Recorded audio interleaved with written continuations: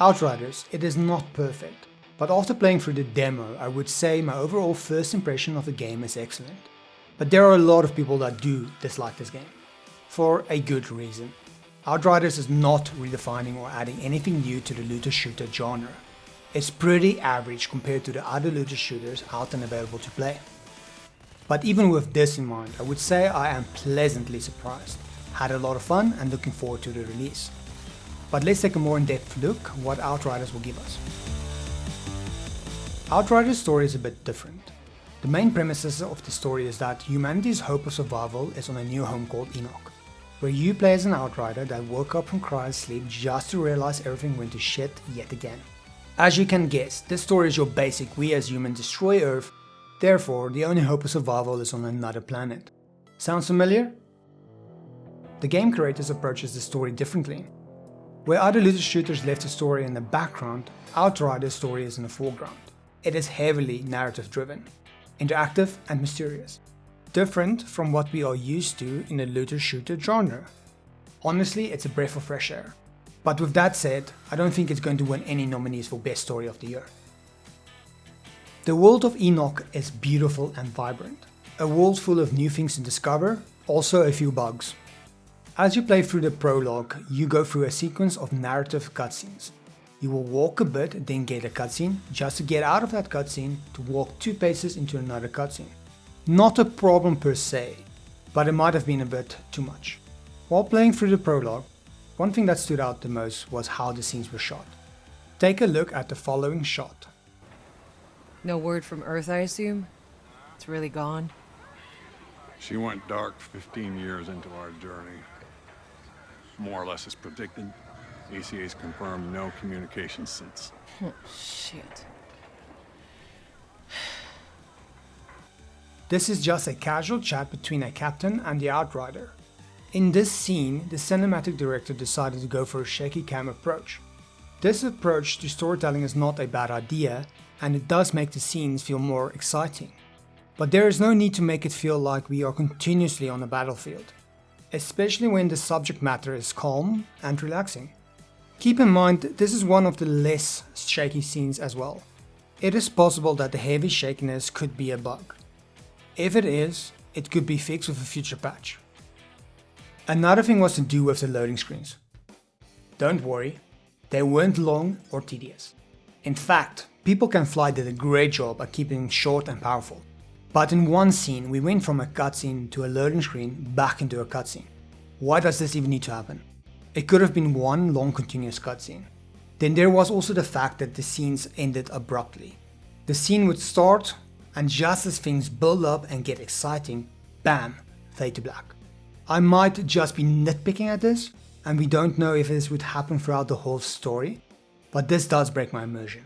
Other than this, there were a few times that the audio was too soft or out of sync, but the overall experience I had with the way they tell the story was great.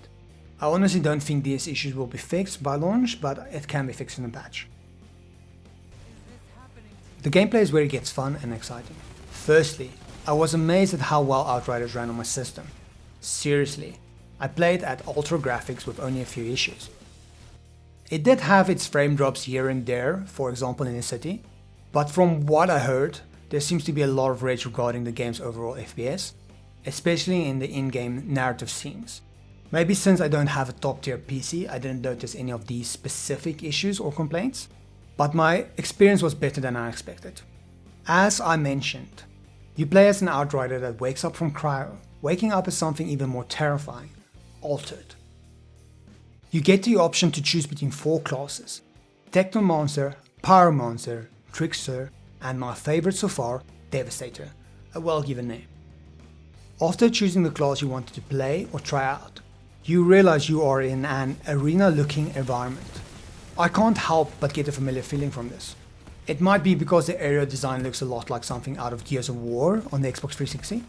This isn't a problem, but other games like The Division manage to solve the cover-based issue by making cover feel more organic and natural. You could argue that this is just because of the circumstances of war. It does make sense. In war you would have construct sandbags as cover. But let's move on. As gamers, the first thing we do when we see cover, well, is to take cover, right? But oh no, this is not what people can fly want you to do. In fact, you will realize that cover is not for you, but for your enemies to cover behind. As you melt, barrage, temporal shift, and devastate them. Since the design principles of the abilities are built around the idea of as you kill, you receive health, it forces the player into a more aggressive playstyle. Then the reasoning to ever take cover or even stay in cover becomes null and void. You can just dive in and devastate. But now, you probably will say, but won't gear limit you?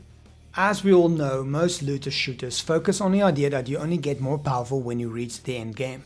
Every gear piece you get then becomes cannon fodder to boost your gear score or power level. Here is where Outriders' gear system completely differs from the average looter shooter.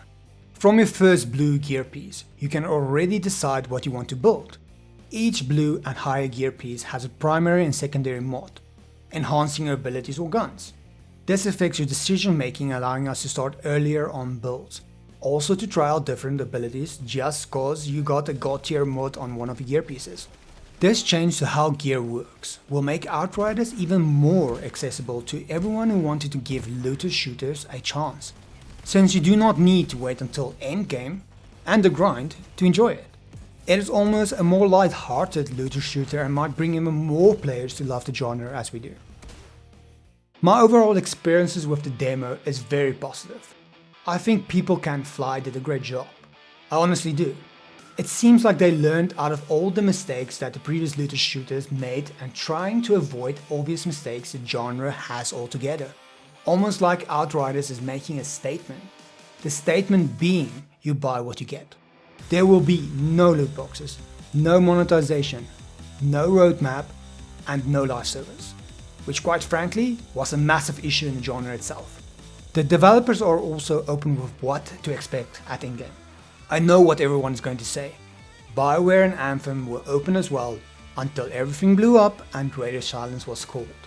This is in fact true, but since Outriders has no roadmap and it's not based around the live service model, it doesn't seem like this could even be an issue. Besides, they already released a video explaining what the endgame will be about. I'll link the video in the description below. Outriders not having a roadmap or live service model doesn't mean that there won't be extra content, DLCs, or even new Outsiders too. It just means you get your money's worth without empty promises. Who knows, maybe Outriders hype is met and the game explodes on the internet. This would give People Can Fly incentive to make more content or even a new game. We all just need to be patient and wait and see. But the question still remains, is what they say true? Will the content live up to the hype, satisfy our thirst? Now this is still to be seen. With that in mind, I would say if you are interested in buying the game, but not sure if this will be a slap-based copy of other looter shooters, which it kind of is in a way, wait a few months, wait until reviews come out, and then make your decision. But I am getting Outriders. It might be basic, but I know that I really enjoyed the demo and how it played. Thank you for watching this video. If you enjoyed the video, give it a like. If not, give it a dislike. If you ever want to see any future content, maybe consider following the channel. Also leave a comment in the comment section below. Maybe let me know which class you're trying out first, or even your thoughts on a game altogether. I'll also stream on Twitch every Tuesday and Thursday, if you ever wanted to stop by. Thank you again. Until next time, bye bye.